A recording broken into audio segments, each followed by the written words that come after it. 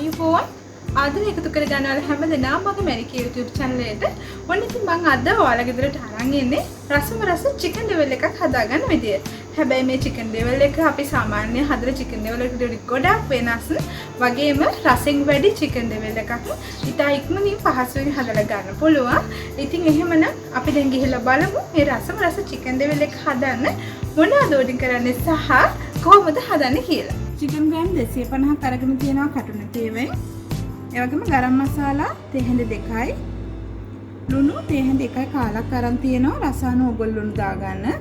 වගේම කරපිංචා හීනියට කපාගත්ත මිරිස් කල්ලක් සහ හීනියට කපාගත්ත ලුණු කෑල්ලක්. තෙල් බදින්න අවශ්‍ය ප්‍රමාණයට. සෝස් වගේම බිත්තර එකක් අරගෙන තියෙනවා. මාළු මිරිස් මේ වගේ රවුමට කපලා අරගෙන තියෙනවා. ලුණු ගෙඩියක් ඒ වගේම රවුමට කපලා අරගෙන තියෙනවා. කෑලි මිරිස් තේ හැඳ එකක් අරගෙන තියෙනවා. ඒ වගේම වතුර චුට්ටක් අපිට ඕන කරනවා මේක තිය කරගන්න. කෝන් පිටි මම මේ සැරේ 3ක් අරගෙන තිනවා. කෝන් පිටි නැත්නම් ඔයගොල්ලන් පාන් පිටි, හාල් පිටි මේ ඕනි වර්ගයක් පාවිච්චි කරන්න පුළුවන්. ඒ වගේම ගම්මිරිස් කුඩු තේ හැඳ 1යි, මිරිස් කුඩු තේ හැඳ 1යි, ඉඟුරු සුදු ලුණු තේ හැඳ 1මාරක් අරගෙන තියෙනවා.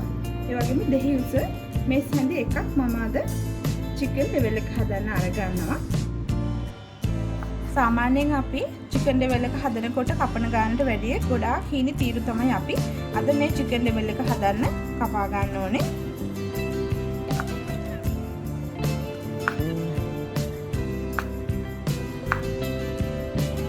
අපි දැන් මේ තීරු ටික මේ විදිහට හරසටත් කපා ගමු. බලන්න කොයිතරම් පොඩි තීරුද අපි අරගෙන තියෙන්නේ කියලා. මේ බලන්න ගොඩාක් හීනියට කපාගෙන තියෙන්නේ. දැන් මේ ටික වාදනයකට දාගෙන මැරිනේට් කරගමු. අපි දැන් level එකට ඕනේ කරන ඔක්කොම අමුද්‍රව්‍ය එකතු කරගමු. මම ලුණු ටික එකතු කරගන්නවා. ඒ වගේම ඉඟුරු මම චුට්ටක් ඉතුරු කරගෙන අනිත් ටික තමයි ගන්නෙ. තේ හැඳි එකක් ගන්නවා. භාගය ඉතුරු කරගන්නවා. පස්සේ පාවිච්චි කරන්න. ගරම් මසාලා හොදා ගන්නවා. ඒ වගේම ගම්මිරිස් මිරිස් කුඩු එකතු කරගමු ඔක්කොම ටික. දෙහි උස ටික බිත්තර කඩාගෙනම එකතු කරනවා. දැන් මම කෝන් පිටි ටිකත් එකතු කරනවා. මේ ඉතුරු අමුද්‍රව්‍ය ටික ඔක්කොම අපි level එක හදන වෙලාවට පාවිච්චි කරමු. ඔක්කොම ටික අපි හොඳට කවලම් කරගමු. මේකට මම වතුර චුට්ටකුත් එකතු කරනවා. මුලින්ම මේ සෑන් එකක් විතර එකතු කරලා බලන්න. දෙකක් එකතු කරනවාම දැන් අනාගමු. මේ විදිහට හොඳට කවලම් කරගත්තු chicken ටික අපි විනාඩි 20ක් විතර මැරිනේට් කරලා තියා ගන්න ඕනේ. ඊට පස්සේ තමයි අපි මේක බදින්න ගන්නේ. ඔයගොල්ලෝ කැමති නම් මේ වෙලාවේ කහටයක් එකතු කරගත්තට කමක් නැහැ. විනාඩි 20ක් ගියා. දැන් අපි chicken ටික බෙදගමු. මම තාච්චියක් අරගෙන තෙල් එකතු කරනවා බදින්න ඇති ප්‍රමාණයට. තෙල් ටික රත් වෙලාද තියෙන්නේ කියලා බලමු. තෙල් ටික හොඳට රත් වෙලා තියෙන්නේ. අපි දැන් chicken ටික එකතු කරගමු.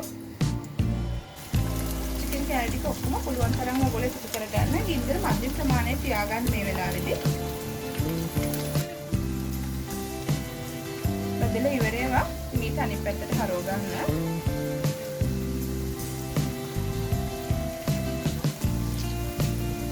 දෙපැත්තක මේ විදිහට හරව බෙද ගන්න හොඳට.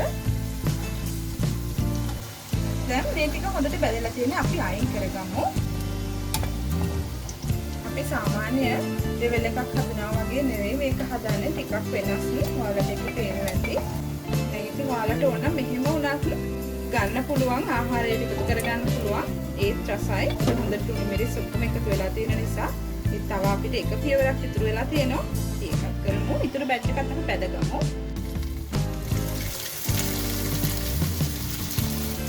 ඉතුරු ටිකත් අපි මේ විදිහට බෙදගමු.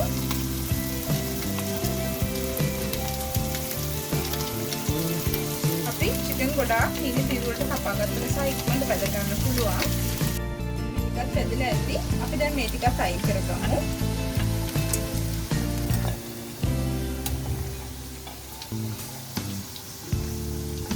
chicken ටික අවසානයේ සරස ගන්න ඕනේ. කරපිංචා කොළ ටික මම මේ වෙලාවේ එකතු කරගන්නවා. තෙල් ටික රත් වෙන අතරම.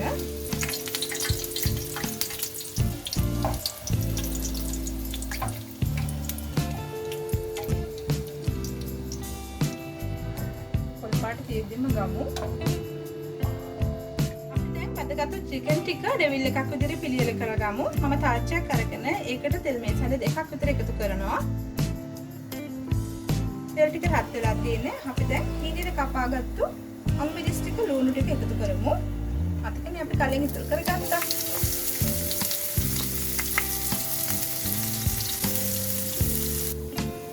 දැන් ඉඟුරු ටිකත් එකතු කරමු. සුදුරුවන ඉඟුරු පේස්ට් එක.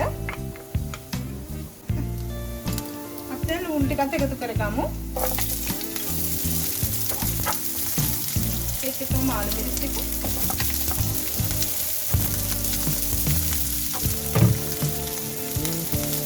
කරපිට පොළ බිස්කට් එකතු කරගන්නවා. දැන් මම chili sauce මේක හැඳි දෙක එකතු කරනවා. මේක ඔයාලම chili sauce නැත්නම් තක්කාලි sauce ටිකක් එකතු කරගෙන මිරිස් chili ටිකක් එකතු කරගත්තට කමක් නැහැ. සමලක් කරගන්නවා. දැන් මම කැරි මිරිස් ටිකක් එකතු කරගන්නවා.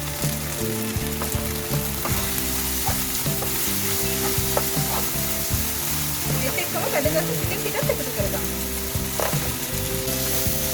මේ බලන්න කොච්චර ලස්සනට හදලා දෙනවද කියලා. කරට කෙලක් කරනවා නේද පාඩ දෙකම. වල සෝස් වලට තව වැඩිපුර කැමති නම් තව සෝස් ටිකක් එකතු කරගන්න. දැන් ලෙවල් එක හොඳට හැදිලා තියෙන්නේ. අපි දැන් දෙක ඔෆ් කරගමු. මේ වෙලාවේ ලුණු ටිකක් බලන්න. ලුණු බලලා ලුණු මදිරම් ඔයාලා එකතු කරගන්න.